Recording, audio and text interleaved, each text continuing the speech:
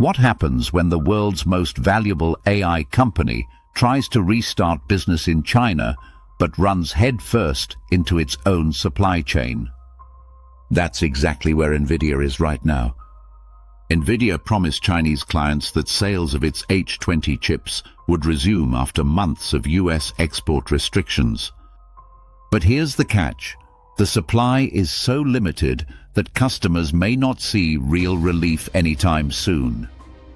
Earlier this year, Washington banned H20 shipments, forcing Nvidia to cancel existing orders and even pull back the production slots it had booked at TSMC. When TSMC reallocated those lines to other clients, the clock reset.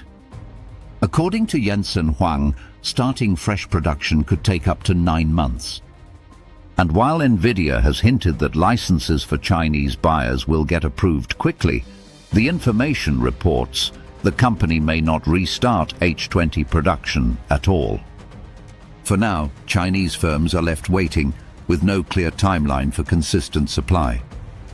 In the meantime, Nvidia is pitching a workaround, the RTX Pro GPU, designed specifically for China and compliant with US export rules. It may not match the raw power of the H20, but it keeps Nvidia in the game. This standoff is more than a chip shortage story.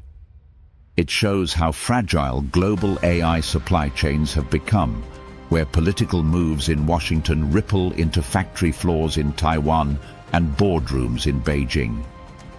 Before we dive deeper into stories like this, don't forget to hit like, subscribe, and drop your thoughts in the comments. Do you think Nvidia can keep its dominance if China has to wait almost a year for chips?